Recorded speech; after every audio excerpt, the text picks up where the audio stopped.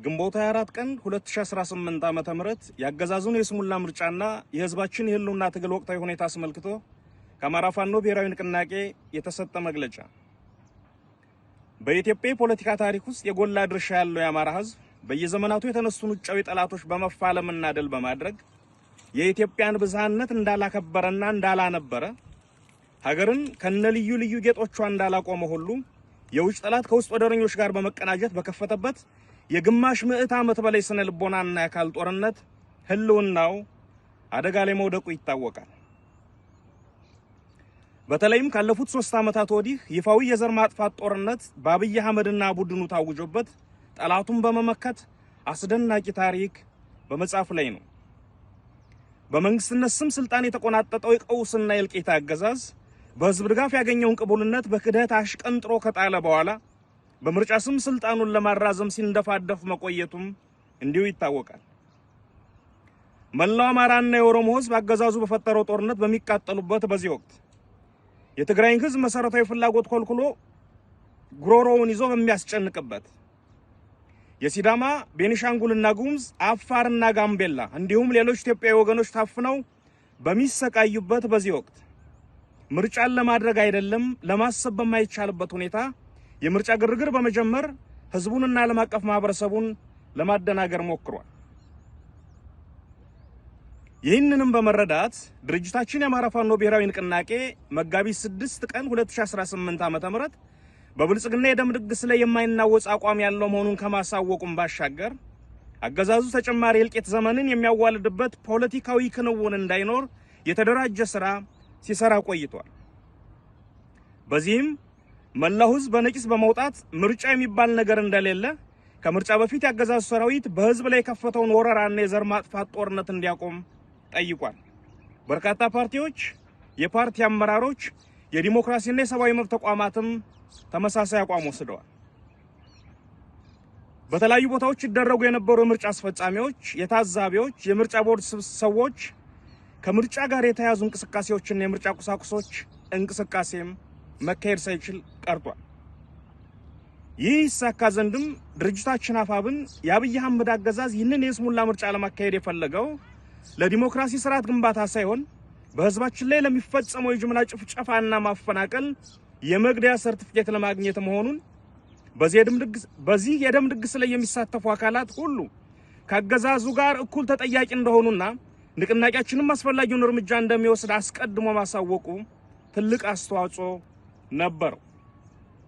ለዚህ የንቅናቄያችን ጥሪ ከአማራ ህዝብ፣ ከመላው የኢትዮጵያ ህዝብ፣ ከጸረ አምባገነን ኃይሎችና ከዓለም አቀፍ ማህበረሰብ ያገኘነው ድጋፍ እጅግ ከፍተኛና አበረታች ሆኖ አግኝተነዋል።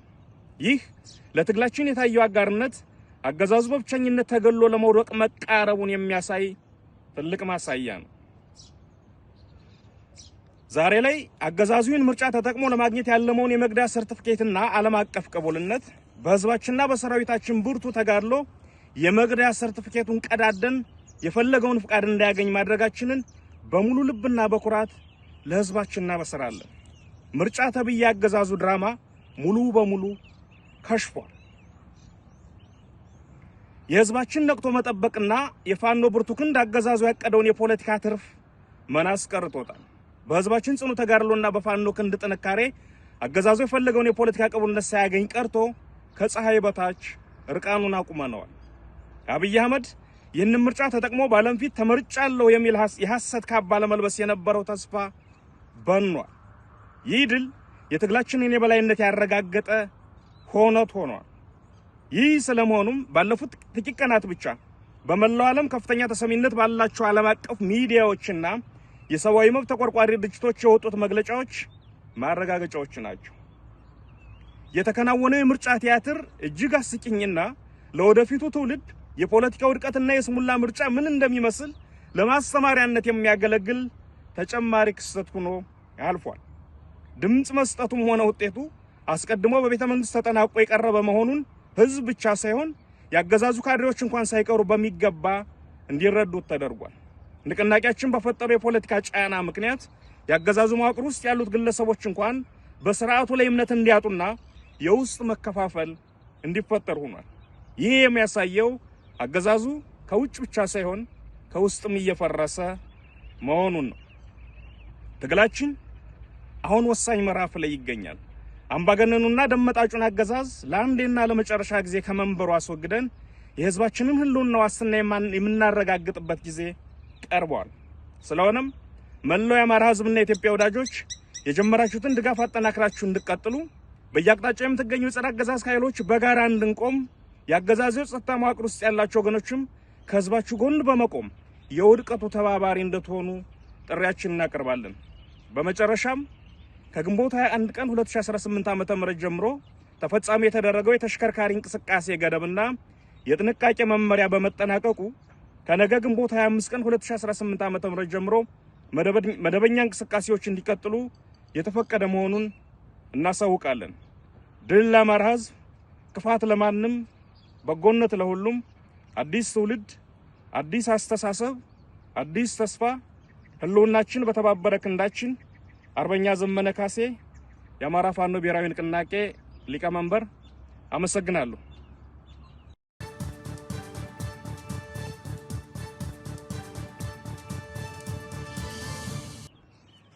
ግንቦት 24 ቀን 2018 ዓ.ም ያገዛዙን የስሙላ ምርጫና የህዝባችን የህልውና ትግል ወቅታዊ ሁኔታ አስመልክቶ ከአማራ ፋኖ ብሔራዊ ንቅናቄ የተሰጠ መግለጫ።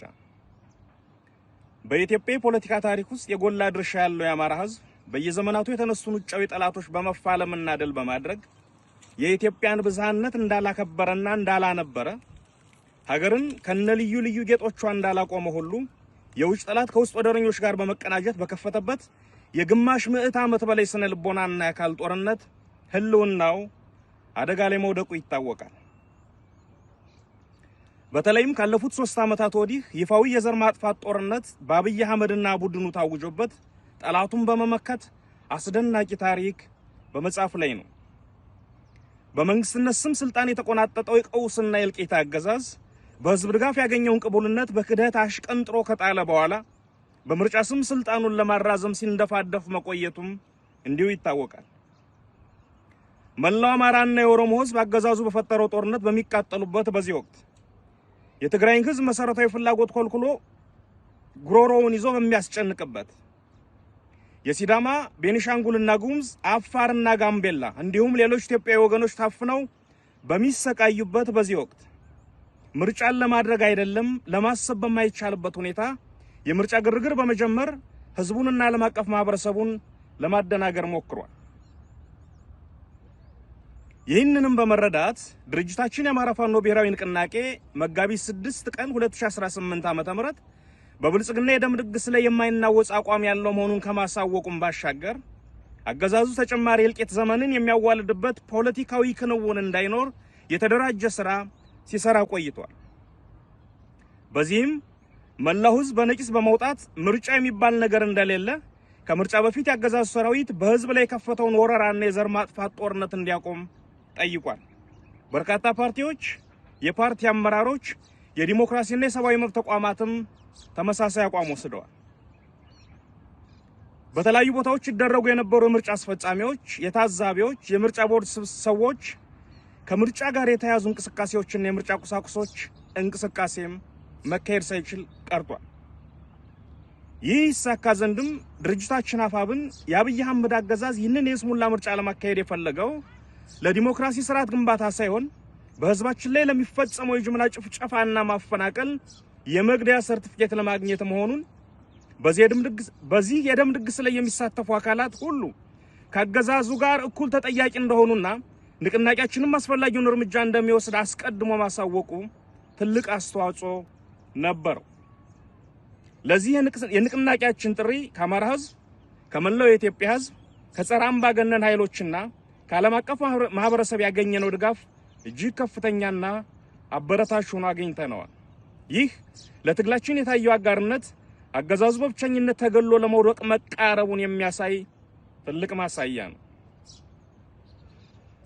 ዛሬ ላይ አገዛዙን ምርጫ ተጠቅሞ ለማግኘት ያለመውን የመግደያ ሰርቲፊኬትና ዓለም አቀፍ ቅቡልነት በህዝባችንና በሰራዊታችን ብርቱ ተጋድሎ የመግደያ ሰርቲፊኬቱን ቀዳደን የፈለገውን ፍቃድ እንዳያገኝ ማድረጋችንን በሙሉ ልብና በኩራት ለህዝባችን እናበስራለን። ምርጫ ተብዬ አገዛዙ ድራማ ሙሉ በሙሉ ከሽፏል። የህዝባችን ነቅቶ መጠበቅና የፋኖ ብርቱ ክንድ አገዛዙ ያቀደውን የፖለቲካ ትርፍ መናስ ቀርጦታል። በህዝባችን ጽኑ ተጋድሎና በፋኖ ክንድ ጥንካሬ አገዛዙ የፈለገውን የፖለቲካ ቅቡልነት ሳያገኝ ቀርቶ ከፀሐይ በታች እርቃኑን አቁመነዋል። አብይ አህመድ ይህንን ምርጫ ተጠቅሞ ባለም ፊት ተመርጫለሁ የሚል የሐሰት ካባ ለመልበስ የነበረው ተስፋ በኗል። ይህ ድል የትግላችንን የበላይነት ያረጋገጠ ሆነት ሆኗል። ይህ ስለመሆኑም ባለፉት ጥቂት ቀናት ብቻ በመላው ዓለም ከፍተኛ ተሰሚነት ባላቸው ዓለም አቀፍ ሚዲያዎችና የሰብአዊ መብት ተቆርቋሪ ድርጅቶች የወጡት መግለጫዎች ማረጋገጫዎች ናቸው። የተከናወነው የምርጫ ቲያትር እጅግ አስቂኝና ለወደፊቱ ትውልድ የፖለቲካ ውድቀትና የስሙላ ምርጫ ምን እንደሚመስል ለማስተማሪያነት የሚያገለግል ተጨማሪ ክስተት ሆኖ አልፏል። ድምጽ መስጠቱም ሆነ ውጤቱ አስቀድሞ በቤተ መንግስት ተጠናቆ የቀረበ መሆኑን ህዝብ ብቻ ሳይሆን ያገዛዙ ካድሬዎች እንኳን ሳይቀሩ በሚገባ እንዲረዱት ተደርጓል። ንቅናቄያችን በፈጠረው የፖለቲካ ጫና ምክንያት ያገዛዙ መዋቅር ውስጥ ያሉት ግለሰቦች እንኳን በስርዓቱ ላይ እምነት እንዲያጡና የውስጥ መከፋፈል እንዲፈጠር ሆኗል። ይህ የሚያሳየው አገዛዙ ከውጭ ብቻ ሳይሆን ከውስጥም እየፈረሰ መሆኑን ነው። ትግላችን አሁን ወሳኝ ምዕራፍ ላይ ይገኛል። አምባገነኑና ደመጣጩን አገዛዝ ለአንዴና ለመጨረሻ ጊዜ ከመንበሩ አስወግደን የህዝባችንን ህልውና ዋስትና የምናረጋግጥበት ጊዜ ቀርቧል። ስለሆነም መላው የአማራ ህዝብና የኢትዮጵያ ወዳጆች የጀመራችሁትን ድጋፍ አጠናክራችሁ እንድትቀጥሉ በየአቅጣጫው የምትገኙ የጸረ አገዛዝ ኃይሎች በጋራ እንድንቆም ያገዛዙ ጸጥታ መዋቅር ውስጥ ያላችሁ ወገኖችም ከህዝባችሁ ጎን በመቆም የውድቀቱ ተባባሪ እንድትሆኑ ጥሪያችንን እናቀርባለን።